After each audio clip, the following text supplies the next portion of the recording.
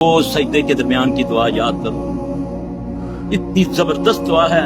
तुम तो कौवे की तरह, कौवा भी एक ठूंग मार के थोड़ी सी गर्दन ऊपर करता है ताकि दाना अंदर चला जाए, हैं जी। तुम तो बस सजदा ऐसे फिर ऐसे, इसकी दुआ है, दो सजदों के दरमियान की दुआ है।